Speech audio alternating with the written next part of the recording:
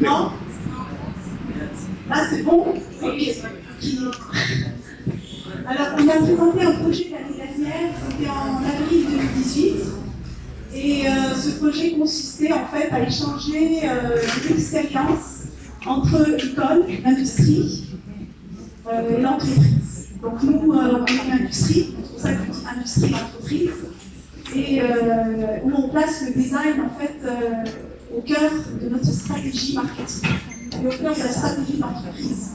Donc le design, la dernière fois, j'ai expliqué qu'il était très important, que ça déterminait carrément la différence avec les autres, les concurrents, et qu'en basant sa stratégie sur le design, ça finissait toujours par donner quelque chose d'intéressant, d'inspirant, et le développement, c'est toujours important pour l'entreprise. Alors, le projet consistait à lancer les thèmes pour la couverture du cahier Sonota. Comme on fait beaucoup de design, on décline plusieurs collections. Donc on s'est dit pourquoi pas cette année faire sortir des collections avec des étudiants de Beaux-Arts, donc qui étaient spécialisés aussi dans les designs graphiques. Et je pense que ce style de design est très porteur d'un message très important. C'est un message finalement qui raconte l'histoire de la marque, une marque qui se veut assez tunisienne, patriote, porteuse de valeurs et racontant l'histoire de la Tunisie. Elle se veut aussi proche des jeunes, essayant de véhiculer l'optimisme et cela à travers le partage, à travers des échanges de compétences. Donc nous avons été très ravis, très étonnés aussi par le résultat de ces collections que nous avons choisies. Je tiens à remercier aussi d'abord l'équipe qui a organisé tout ça. Je vois Inès là-bas. Je sais que tu as d'autres collègues aussi avec toi, que je n'ai pas le nom là tout de suite, qui ont fait un travail gigantesque parce que c'est pas facile de centraliser l'information, de coordonner entre les différents étudiants. On l'avait lancé en été, c'est encore plus difficile, mais finalement on a pu avoir très belles choses. Vraiment, je remercie la créativité de cet institut. Je remercie la créativité des étudiants aussi qui n'ont pas été, dont le projet n'a pas été retenu, mais qui étaient aussi très intéressants. Et je remercie alors ceux lauréats évidemment de ce projet, Gélie, donc à qui je vais donner la parole, et Gélie Montier, Léna Saïd, qui là aujourd'hui n'est pas là, je pense, c'est dommage, j'aurais voulu qu'elle présente sa collection. Alors les deux thèmes, c'était le premier, c'est Raconte-moi ta Tunisie. Et c'est Léla qui a gagné avec une collection magnifique qui s'est déclinée de calligraphie avec un peu une touche de berbère. Donc ça racontait un peu différentes civilisations. C'est très intelligent. Et la deuxième, c'est Manga World. Alors Manga World, c'est aussi un message qui est très beau.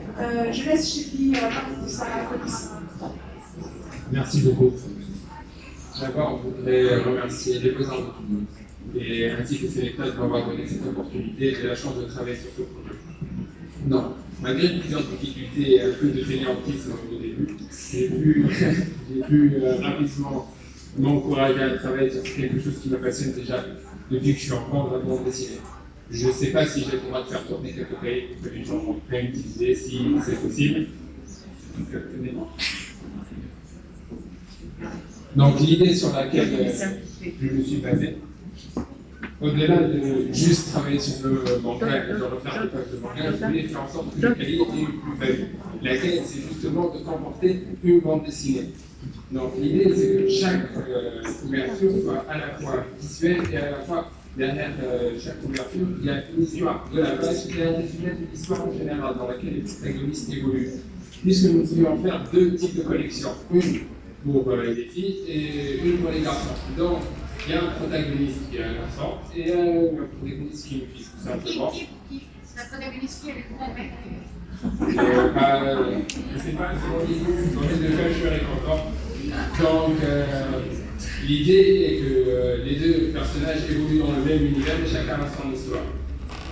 Donc, je voulais faire en sorte que le cahier puisse vivre au-delà de ça, parce que je trouvais que c'était dommage à chaque fois, à la fois comme gaspillage de papier et comme utilisation assez simple qu'à chaque fin d'année, on jette nos crayons, on les regarde plus. J'aurais voulu qu'il y ait ce côté collection. Au-delà du point de vue marketing, bien entendu, pour faire en sorte que quelqu'un peut toujours acheter et continuer sur la même lancée. J'ai aussi pensé à utiliser des éléments qui représentent tout ce qui est, comment dire, tout ce qui est lié à la vie scolaire, par exemple, tout ce qui est les cahiers, les ciseaux, etc. Pour donner une nouvelle image, qui ne soit plus lié directement à l'ennui, au fait d'aller à l'école, de faire quelque chose que nous n'aimons pas, mais qui puisse être vecteur de créativité et d'idées nouvelles.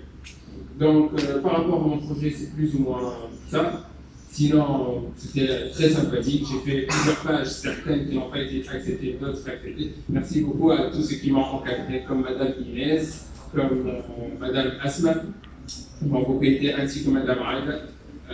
Merci à vous tous et j'espère que les cahiers sont différents. Merci.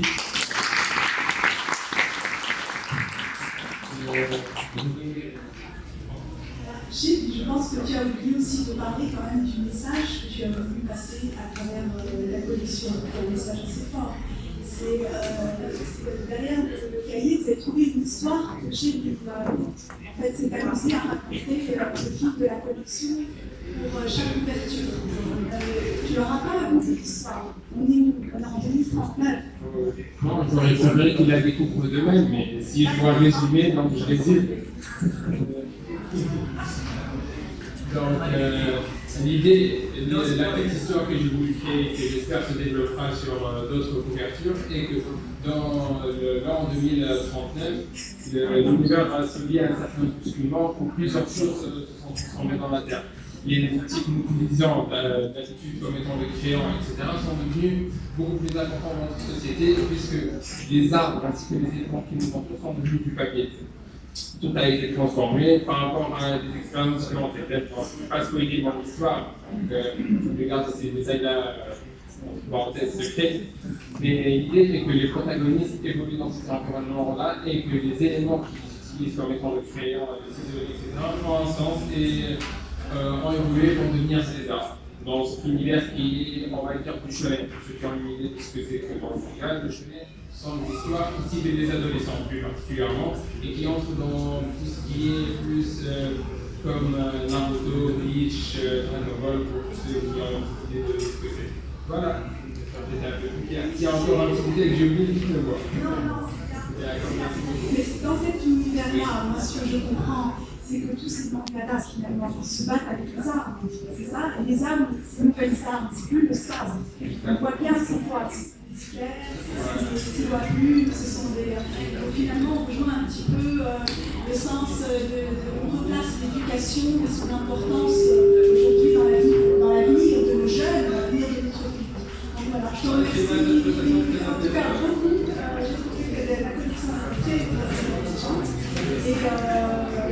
Et voilà, ça sera disponible dès cette rentrée.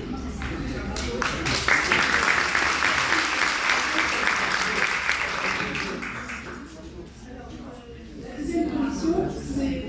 Merci beaucoup, c'est dommage. L'étudiant n'est pas là pour parler de cette condition. Alors, c'est le thème Raconte-moi ta Tunisie. Alors, Raconte-moi ta Tunisie, c'est un thème très vaste. Mais on a trouvé une collection qu'on a jugée qui était assez jolie, qui racontait à travers les caractères, à travers la calligraphie, à travers des touches berbères. Donc voilà, on va vous la montrer. Comme ça.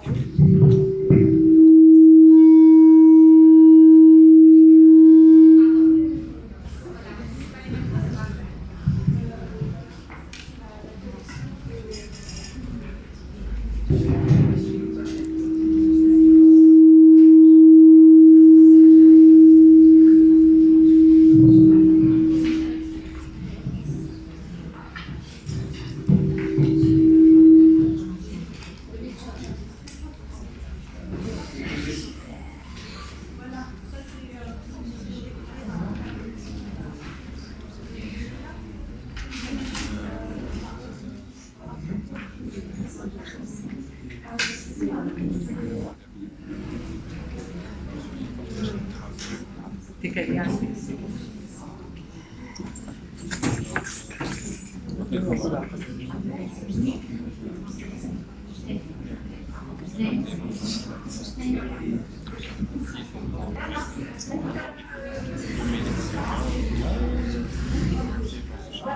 Donc, je remercie Léla, si vous la voulez. Et nous espérons donc renouveler ces expériences qui sont très enrichissantes pour l'entreprise, très enrichissantes pour nous. Et on remercie toute la créativité qui a conduit dans cet univers des designers et qui sont très très bien formés, j'ai l'impression, parce que moi, pour ma part, je trouvais que tout était bon, c'était le graphisme, l'intelligence du message, tout était bien construit, le texte était bien écrit. Franchement, je sais qu'aujourd'hui, on a de très très bons éléments pour sortir d'ici. Voilà, merci.